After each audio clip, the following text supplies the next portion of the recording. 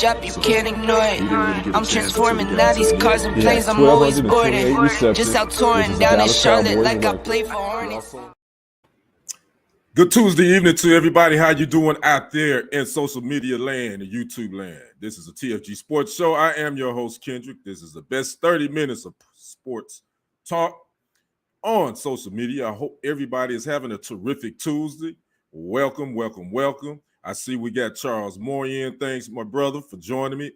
Just like Charles, those that come in, make sure you holler at me, get in that chat, comment, hit that like, hit that share button. Make sure if you haven't already, subscribe to TFG Sports Media on YouTube, and also make sure you like and follow the TFG Sports Media page. On Facebook. So I hope everybody's having a terrific Tuesday. Hope you're having a great start of your week. We almost to hump day, almost to the weekend, but we're gonna talk a little sports real quick. I ain't gonna take a lot of your time, like the ministers say at church, but we're gonna chat a little bit. But before we get into our hot takes, we're going to talk about a couple of quick hits real quick. First of all, quick hit number one, we got Roger Federer retiring. Yes, that guy, one of the tennis greats, Roger Federer, has retired. He's part of the golden age of men's tennis. He won 20 Grand Slam titles, 8 Wimbledon, 6 Australian Opens, 5 U.S. Opens, 1 French Open, and he has called it a career at the age of 41. And Serena Williams gave him a shout out as well and basically told him, welcome to the club. So again, that's one of our quick hits. Roger Federer, one of the greats on the men's tennis tour, has decided to hang up the racket. Now, quick hit number two, Earl Spence Jr. and Terrence Crawford. It is going down. They just got a couple of I's to dot and the T's to cross, but according to reports that told ESPN, the targeted date for the Crawford-Spence fight is November the 19th in Las Vegas for the undisputed welterweight championship. Now, we all know Spence holds 3 of those titles, the WBC, WBA, and IBF, and Bud Crawford holds the other one at the WBEO. Doris Bratcher, thank you for dropping in, cousin. Hope you having a great Tuesday. So I appreciate you dropping in. So that was our quick hit. Number two, Spence and Crawford. Looks like it's going down in Vegas on November the 19th. Now, the third quick hit for tonight, Michael Jordan, MJ, my GOAT, one of the greatest. I ain't gonna say he the greatest, but he's my GOAT. He's number one on my list. His jersey worn in Game 1 on 1998 NBA Finals and part of the Last Dance documentary that debuted on ESPN back in May of 2020, sold for $10 million. With auction house Sotheby's, and that's the most ever paid for an item of sports memorabilia. Again, Michael Jordan, the jersey he wore in 1998 Game 1 NBA Finals, it sold for $10 million. And again, that's the most paid sports item ever paid for memorabilia. Charles says, finally, Spence going to that ASSB. I don't know. Bud Crawford is looking pretty good, but Spence looked pretty good in this last fight too. But this is the fight everybody's been waiting for. Speaking of fights, we're going to talk about that Triple G fight that happened, Triple G and my man, Canelo. We're going to talk a little bit about that just here in a minute. Now, my last quick hit for tonight, we're talking congratulations. Got to give a shout out to the WNBA Las Vegas Aces.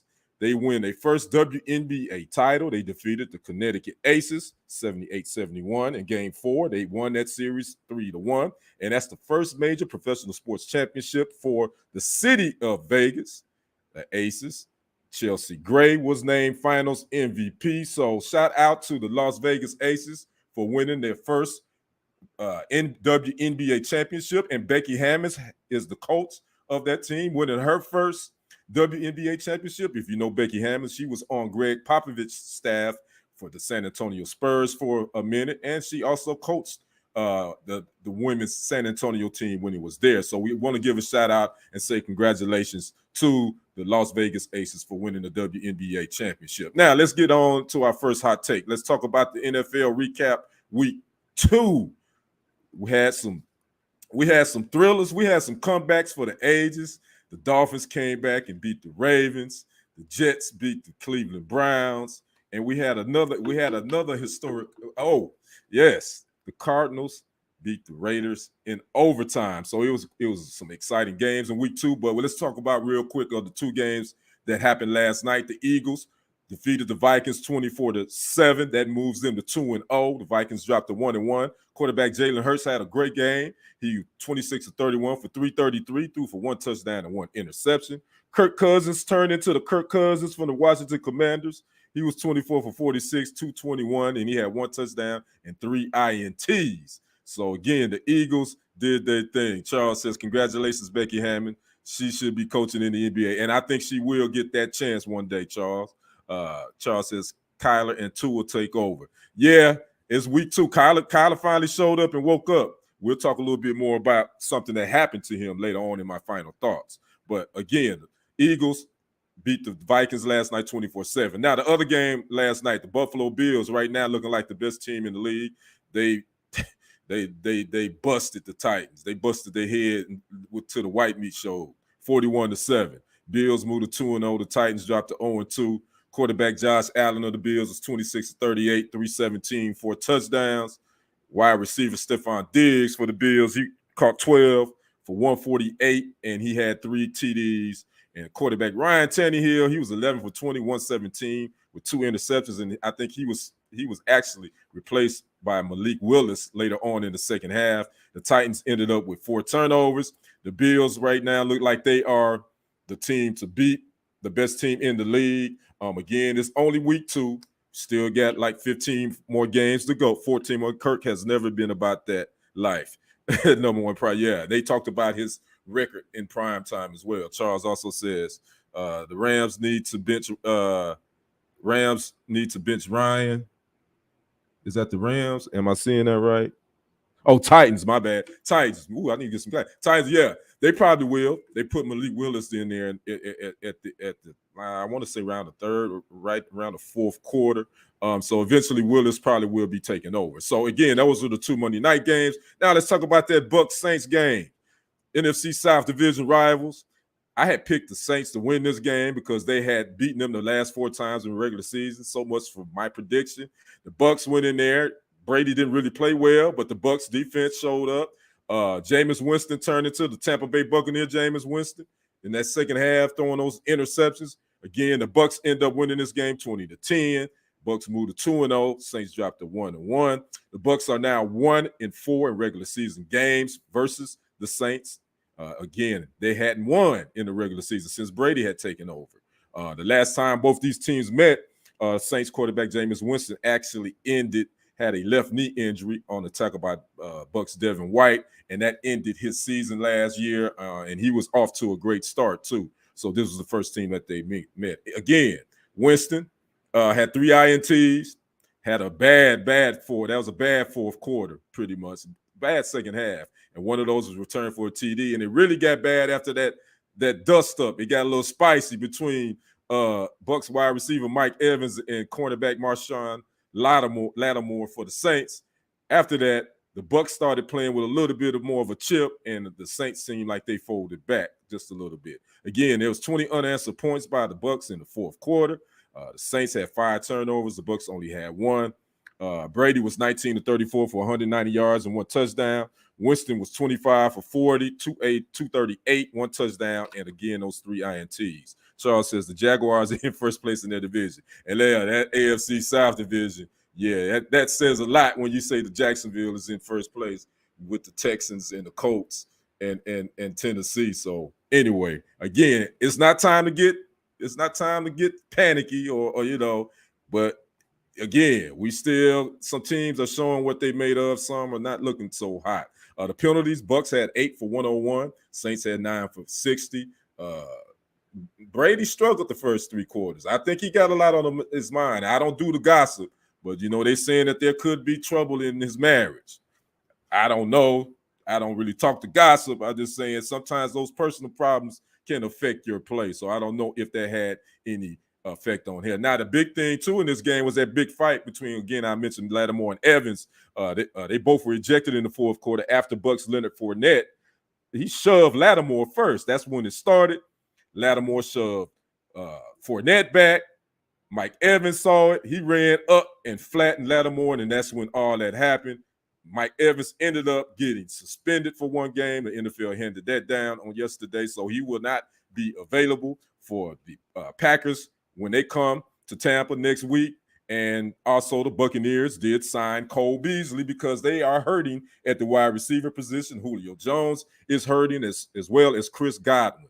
Charles says Mike Evans was starting on my fantasy team and gets ejected. Yeah, well, him and Lattimore they got a love-hate relationship. Actually, it's a hate-hate. They don't like each other. So anyway, this is like the third or fourth time they've had issues. So again, he's been suspended for one game. He's going to be a little light in the back pocket. He won't be available when the Bucs play the Packers, and the Bucs did sign Cole Beasley today, according to reports. So let's move on to our next game.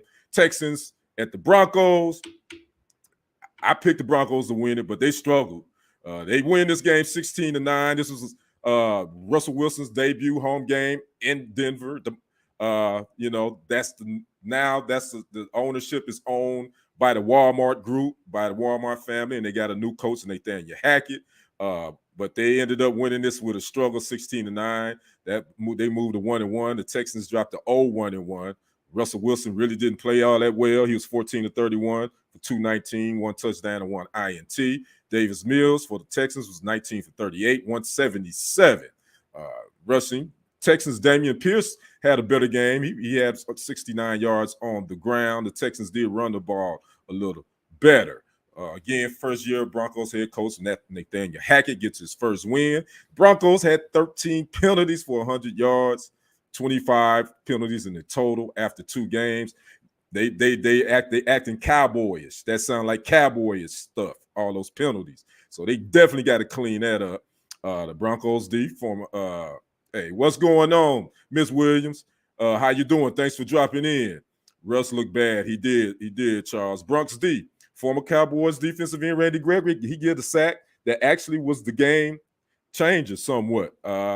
He got that sack on Texas that killed that drive that would have tied that ball game. So Randy Gregory was making his presence felt. The Broncos did end up with 2 major injuries. Wide receiver Jerry Jeudy, ribs, and Patrick Surtain II. They quarterback with a shoulder, so don't know what their availability will be from here on out.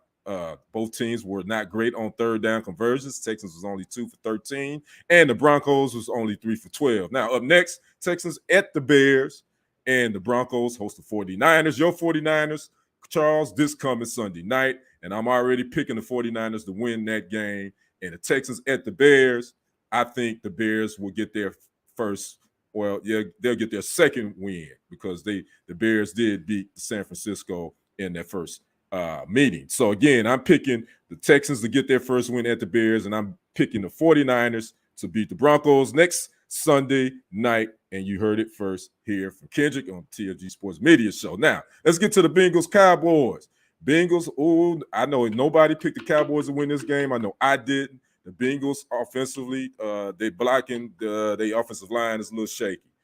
They gave up 6 sacks. So again, Cowboys didn't look all that great offensively either the first game. They were starting Cooper Rush, his second professional start. Obviously, we all know Dak Prescott is out. Now they're saying they're trying to rush him back in 2 weeks, but who knows? But the Cowboys pulled it out. They win it 2017. That moves them to 1-1. Drops the Bengals, the AFC defending champions, to 0-2. Joe Burrow was 24 for 36, 199, 1 touchdown. He was sacked 6 times, though. Cooper Rush for the Cowboys was 19 to 31, 235, 1 touchdown. And now he's 2-0 in games he started. Charles says, Bears beat San Fran. Why you bring it up? Hey man, it's part of the story. It's part of the narrative. I had to bring it up, brother Charles. Hey, believe me. Hey, my Packers lost to the Vikings in week 1 too, so it's part of the narrative. That's how you build the story. But back to the Cowboys. The Bengals did make this interesting. Joe Burrow led a 19-play fourth-quarter drive for 83 yards. That tied the score up at 17-17. Because really, technically, the whole game, the Cowboys had outplayed them offensively. And the Bengals are the first defending AFC champion to start 0-2 since 1999. And I think that offensive line, they got problems. But also the Cowboys got a pretty decent pass rush too. Michael Parsons had 2 more sacks in this game, so that gives him 4 already to begin the season. And Dorrance Armstrong also had 2 sacks. Now the Cowboys kind of cleaned up their penalties too. They only had 5 penalties for 45 yards, so they cleaned that up a little bit. Dallas did rush for over 100 yards. They had 107 yards rushing total as a team. CeeDee Lamb, he had a pretty decent game. He coming off that 7 targets, 2 catches from last week. He had 7 receptions for 75 yards versus the Bengals. Charles says Bengals got that Super Bowl hangover. I think you're right. I think there's something going on that offensive line. They hadn't fixed it. I can tell you that much. Because Burrow is still taking too many hits. He sacked 6, and I believe he was sacked 7 times last week, and then 6 times this week. So he's already been sacked 13 times. So again, the Cowboys get the win. That moves into 1-1. They face the Giants next Monday night. They go to New York in that NFC East. I saw a stat that the NFC East is 6-2 so far. I think they got the best win-loss record division out of all the divisions. Who would have thunk it? That division is 6-2. Bengals got that Super Bowl hangover, right, Charles? And the Bengals moved to 0-2. I did pick the Bengals to win this game. I was wrong, but you can't always be right. Now the Bengals, next up for them, they go to the New York. They play the Jets, who is coming off that improbable win over the Cleveland Browns. Now, my last recap of the week, we're talking the Bears and Packers. That was a Sunday night game. Bears come in 1-1. The Packers that came in at 0-1, but the Packers own, just like Aaron Rodgers has said, he said it last year, he owned the Bears, and they owned them again Sunday night. The Packers get the win 27-10. Bears quarterback Justin Fields was 7 for 11 for only 70 yards, 1 interception. Aaron Rodgers had a pretty good game, 19 for 25 for 234 for 2 touchdowns. But the Packers ran the ball well. Aaron Jones had 15 carries for 132 yards and 1 touchdown. Now, wide receiver Sammy Watkins showed up. Even though he didn't catch a lot of balls, he had a lot of yards. He caught 3 for 93 yards. Again, the Packers rushed for a total of 203 yards as a team, and that's the key. I think if the Packers can run the ball, that takes some pressure off them young receivers, and A-Rod don't have to do as much. Charles says, Kenny, do you know your overall record with your picks? I don't know, but I'm going to check it out. I really need to check it out. It ain't that great. I can tell you that, right? I know it's the second week. It's not that good. I think I've only been right on maybe 3 games, but I'm gonna tab that. I'm gonna tablet that up. Then I'm gonna message you and let you know what it is. Again, the Packers own the Bears. They beat them for the 7th straight time. This was the 205th meeting between the oldest NFL rivalries in the league. Aaron Jones also on your fantasy team, where he got you some points. He got you some points. They need to keep running him. And A.J. Dillon, they need to get them boys the Thunder and Lightning. Let this be the second coming of Thunder and Lightning. Need to get them running that football. Rodgers improved his record versus the Bears to 24-5. So again, A-Rod does own the Bears. Now the Bears running back, David Montgomery, he ran for 122, 15 carries. Packers got to tighten up that run defense. The Packers did outscore the Bears 21-0 in the first quarter and led 24-7 at the half. Packers came up with a big 4th goal line stand in the 4th that killed the Bears' momentum. That would have kind of made this game a little bit more interesting. Again, I did pick the Packers to beat the Bears. I was kind of almost close on the score, 27. I picked them 30-13, but it ended up being 27-10.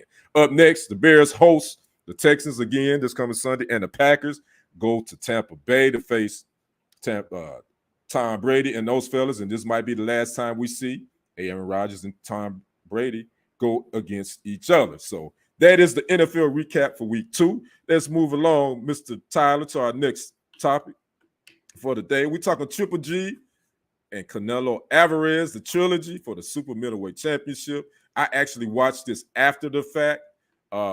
It went 12 rounds for the undisputed Superweight Middleweight Championship. Alvarez came into this fight 57-2-2. Canelo with 39 knockouts, and he holds all 4 of the titles at 168 pounds. And Canelo was only 32 years old. Now, Triple G, 40 years old, and this was his first time fighting at 168 pounds. He came in at 42-1-1 with 37 KOs, and he holds 2 of the middleweight titles. And I watched this fight after the fact. And I would say that I think the referees, the judges got it right. I thought it was a unanimous decision. I thought Canelo Alvarez, I think he dictated this whole fight. It's safe to assume the Bears would be drafting a wide receiver in the draft. I agree, Charles. I think Alvarez he controlled this fight from the beginning. Definitely the first 7 to 8 rounds. Definitely, I gave it to Canelo. Triple G started coming on in that 8th round. He started kind of dictating the pace, being a little bit more aggressive. But I think it was a little bit too late. At that point. Canelo I just think he came out and he dictated the pace. He's a more aggressive fighter. So I mean, this was the 3rd time they fought. The first time it was a draw. It was some controversy. Triple G felt like he won that fight. The second fight was somewhat it was closer. It was a split decision, and Canelo won that one as well. This one, I definitely say Canelo won it. And it was unanimous, in my opinion. And like I say, I thought Canelo won the first 8 rounds, and I gave Triple G those last 4. But he just dictated the whole fight. Now, according to a report on BoxingScene.com, Canelo earned $45 million, and Triple G got $20 million on this fight. So Canelo got paid. Again, Alvarez did win by unanimous decision, 115 to 113, 2 judges, and the third 116 to 112 for Canelo Alvarez. But Alvarez didn't come out of this fight unscathed. He has a torn cartilage in his left wrist, so that's probably going to prohibit him in deciding what he's got to take some time off to figure out what he's going to do next. Again, Triple G, Alvarez, the trilogy, the 3rd time.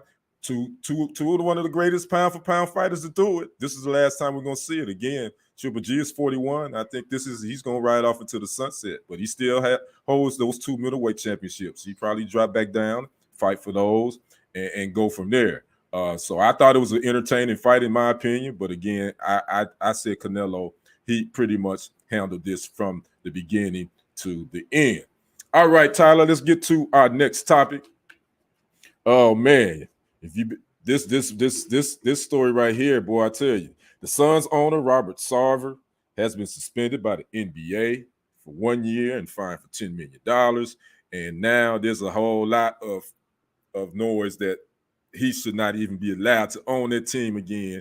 It looks like we got another Donald Sterling may happen where Adam Silver pulled a plug, like he pulled a plug on Donald Sterling. If you're not familiar with the Donald Sterling story, he was the owner of the Los Angeles Clippers, who was caught saying racist and stuff by his side piece. She recorded him on his phone.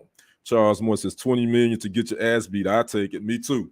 For real. So Robert Sarver, again, he's been suspended by the NBA for 1 year, fined $10 million for workplace misconduct, including using racial slurs and harassing female employees, cussing employees out, misogynistic stuff, using the N-word 5 times. I remember reading something when ESPN first broke this story.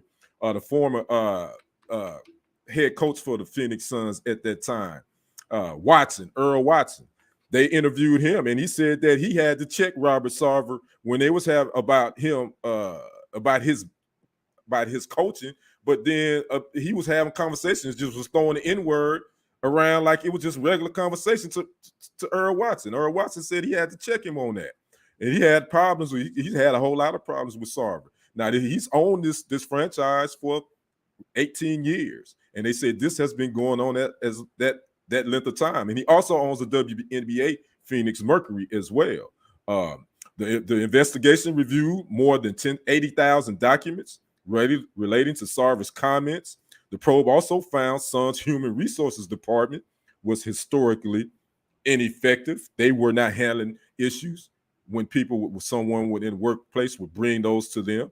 The $10 million fine that Sarver was given is the maximum allowed by the NBA's constitution and bylaws. Now, Sarver is also banned from all NBA and WNBA facilities, events, games, practices, and business activities for the year. Again, he can't have anything to do with none of those franchises at all. Now, I did read where PayPal is looking to sever ties with the Phoenix Suns if he continues to be in the ownership lead of that team. It's some other companies talking about canceling their sponsorship or their work their work relationship with the Phoenix Suns if he's allowed to continue to own that team. LeBron James came out and made his feelings known. He felt like the NBA didn't get this right. As far as the year suspension, $10 million fine. Chris Paul has commented on it as well. And Chris, this is a second go around for Chris Paul. He had to deal with this when he was with the Clippers with Donald Sterling.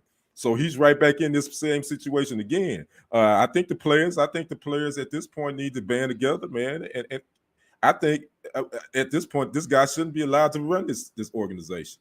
I just think.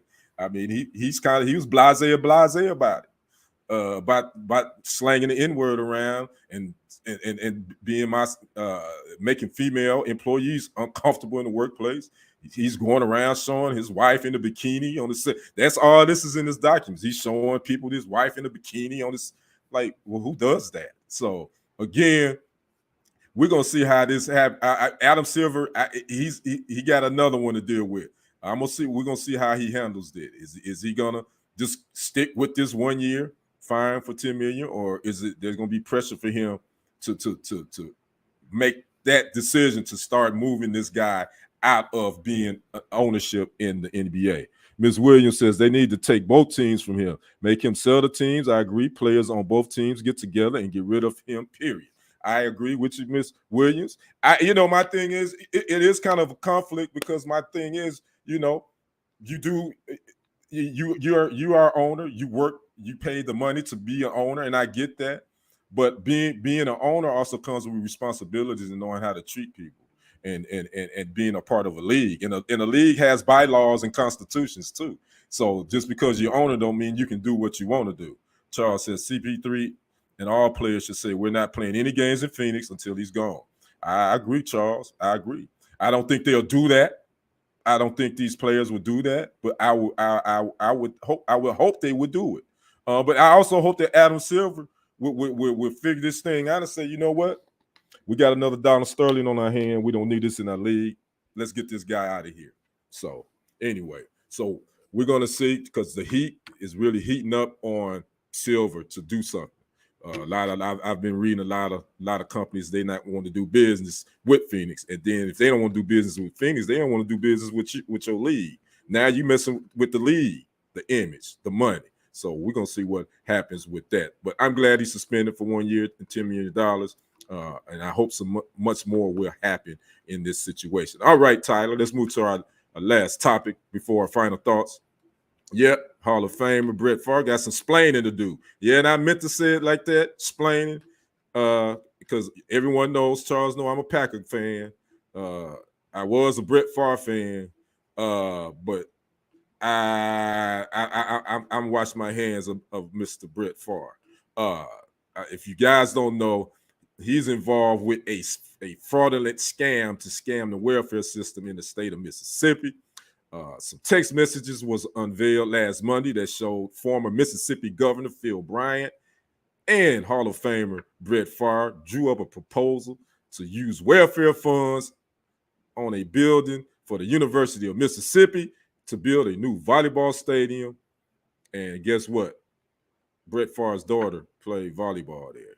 So Brett Favre and the former governor were in cahoots to funnel money from the welfare system, to funnel money away from those people in the state of Mississippi that need money to build a dog-owned building for volleyball. And they was going to front it like it was going to be whole offices for different wellness and all that for those welfare recipients. You have to read. It's a very detailed article. It takes about 8 minutes to read, and I read it. And these cats, Favre and this former governor and Nancy New, they was on one. So Favre, Bryant, and Nancy New had a nonprofit that they were going to funnel the money through. So they worked together to channel at least $5 million of the state's welfare fund to build the volleyball stadium at the University of Southern Mississippi. Now, I don't think the stadium is complete yet, but it's almost complete. New has already pleaded guilty to 13 felony counts related to the scheme. Farr was paid $1.1 million out of this welfare, out of the state's welfare money that was supposed to go to their welfare recipients. He was paid $1.1 million to speak and be the spokesman for to promote the program, which he didn't do, and is being sued. Is a civil lawsuit against him to pay back the interest that he owed on that $1.1 million. He's already paid the $1.1 million back. Far most overrated quarterback in NFL history was a walking interception. You said that last night, Charles. I ignored it. I don't think he's the most overrated. He did throw a lot of interceptions, but most quarterbacks threw. I don't think he's the most overrated. I can name a whole lot more overrated than him, but that's a whole nother topic. Right now, I'm sticking to him being a bum to be a part of a scheme to steal money for needy Mississippians. And to put himself, and he grossed over he made over $140 million playing in NFL. But you didn't want to use your money. He needs to be kicked out of the Hall of Fame. He is a thief that took from the people who were turned down, that needed that money to eat, and were black people again, losing to greedy white men. Ms. Williams, I couldn't have said that any better. He won't get kicked out of the Hall of Fame. Because I be honest with you, that this has nothing to do. Hall of Fame is about what you're playing, what you did on the field. So I don't even care. He can stay in the Hall of Fame, but I got a problem when they bring other issues up, like they did T.O., who's never had an off the field issue, and he had to wait. Never had anything like this, and now you got this guy doing this, stealing from people that really need it. And he had, again, he's paid the $1.1 million back, but he hadn't paid the interest. So civilly, he's been sued. Now, no criminal charges have been brought against him, nor the former governor at this point. But Nancy New is already, she's already been charged with 13 felonies, and she's pleaded guilty. She's gonna start singing. These text messages are the receipts. This is gonna really get real funky for him. And I don't have a problem with it getting funky. Charles says, sent news to a Jets secretary and stealing money from poor people. Thank you, Charles. He did do that. People forgot about them news he was sending when he was with the Jets. And he also was addicted to painkillers. He was addicted to painkillers too. So, yeah, Brett Favre, man, yeah, that's a wrap for me, far as, I can't rock with you, yeah. But as a Hall of Fame, you should have morals, and he has zero. Agreed, Williams. Agreed, Miss Williams. Now, I just want to give y'all just a little information about the state of Mississippi, and these are 2019 rankings as far as the economy. They rank number 49 in total economy. They rank number 50 in employment. In employment, that's 50 out of 50 states. Remember, the average median income for the state of Mississippi is $45,792, and the unemployment rate as of July of 2022 was 3.6%. They rank at the bottom in most everything. And then you got this guy and the former governor and this lady and others, I'm sure, that's involved, stealing money from the welfare system in Mississippi. I hope they all are prosecuted to the highest level of prosecution. Just like y'all going after them people with them PPP loans, y'all do the same with Mr. Farr and the former governor of the state of Mississippi. So anyway, that's my thoughts on that. All right, down to my final thoughts. I want to thank Ms. Williams, as always, supporting Charles Moore, my brother, always in here. I appreciate you dropping in. Make sure you guys like, share, comment. Make sure you share this to all your social media platforms. If you haven't, make sure you subscribe to TFG Sports Media on YouTube, and also like and follow the TFG Sports Media page on Facebook. My final thoughts is I had some news come down today. A Cleveland Brown fan was arrested today for throwing a water bottle at the owner of the Cleveland Browns, Jimmy Haslam. He's been charged with disorderly conduct and assault. Had a fan in Las Vegas that allegedly slapped quarterback Kyler Murray. Now, I saw the video. I don't know if he did it intentional, but it was a pretty hefty slap. Got a fan that did that this past Sunday. We got fans in the stands fighting at NFL games like they done lost their doggone mind. Fans we gotta cut this out. I don't care if y'all pay. I don't care how much money you pay for a ticket. That does not give you the right to assault people. That doesn't give you the right to throw water bottles at people. That don't give you the right to get drunk and act a doggone fool in the stands just because you paid your little money for a ticket. A fan, you go there to cheer your team on and enjoy, not to go there and act like a doggone fool that don't know how to act somewhere. So I'm just saying, these fans, NFL, they got a problem with these fans that's fighting in the stands. Now you got fans that's putting their hands on players and then throwing water bottles at owners of teams. Got an image problem in NFL. You gotta figure this out. You gotta figure this out, man. And I'm just talking to those fans out there. Y'all gotta cut this out again. I don't care how much money you pay for a ticket. Yeah, he did. And like I said, and I saw the video, Charles, and it looked like it could have been an accident, but then again, I'm like, nah, it looks like that fan had some heat on that. For real. It really did look like he had some heat on it. So, fans, y'all start learning how to act in the stands. Keep your hands to yourself. And if you can't hold your liquor, don't drink. Don't drink at no ball games because for some reason, y'all act a dog-on fool. Anyway, that's my final thoughts. Fans, get it together. Want to thank again Charles. Want to thank Ms. Williams for dropping in. Want to thank the producer Tyler. Also, go check out my guy Charles Moore and Lamar Falk on the Lamb Levity YouTube channel. If you haven't went over there, make sure you go subscribe. Check them out with the wrap up. Charles Moore, Lamar Falk, 10 p.m. Eastern, 9 p.m. Central Standard Time. They are entertaining, and you will enjoy. Just be careful. Parental discretion is advised.